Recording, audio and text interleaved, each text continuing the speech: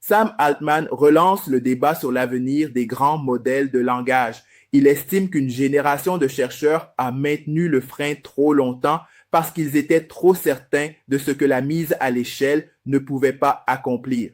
Face aux critiques qui annoncent une impasse, il insiste sur les résultats. À mesure que les modèles grossissent et s'entraînent mieux, des capacités émergent.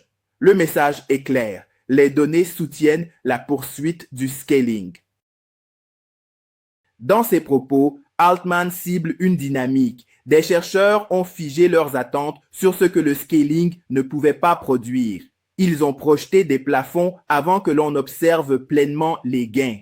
Pour lui, cette attitude a ralenti l'exploration de trajectoires prometteuses. Il ne s'agit pas de nier l'importance des limites, mais de refuser une certitude prématurée. L'idée centrale est que l'effet de l'échelle peut être plus riche, parfois inattendu.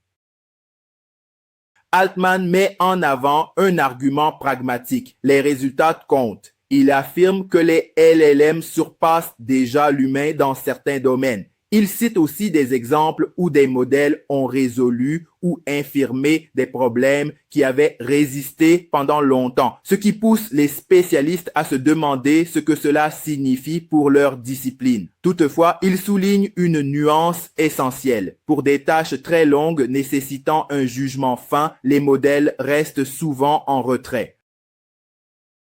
Pour Altman, le débat ne devrait pas tourner autour d'une identité de camp. Il faut passer à une méthodologie, mesurer ce que les modèles font réellement, identifier les régimes où ils se trompent, puis itérer. Le scepticisme peut être productif s'il devient un protocole d'évaluation, pas un verdict. En pratique, cela signifie cibler les capacités utiles au monde réel, comme la compréhension contextuelle et les décisions sur de longues séquences.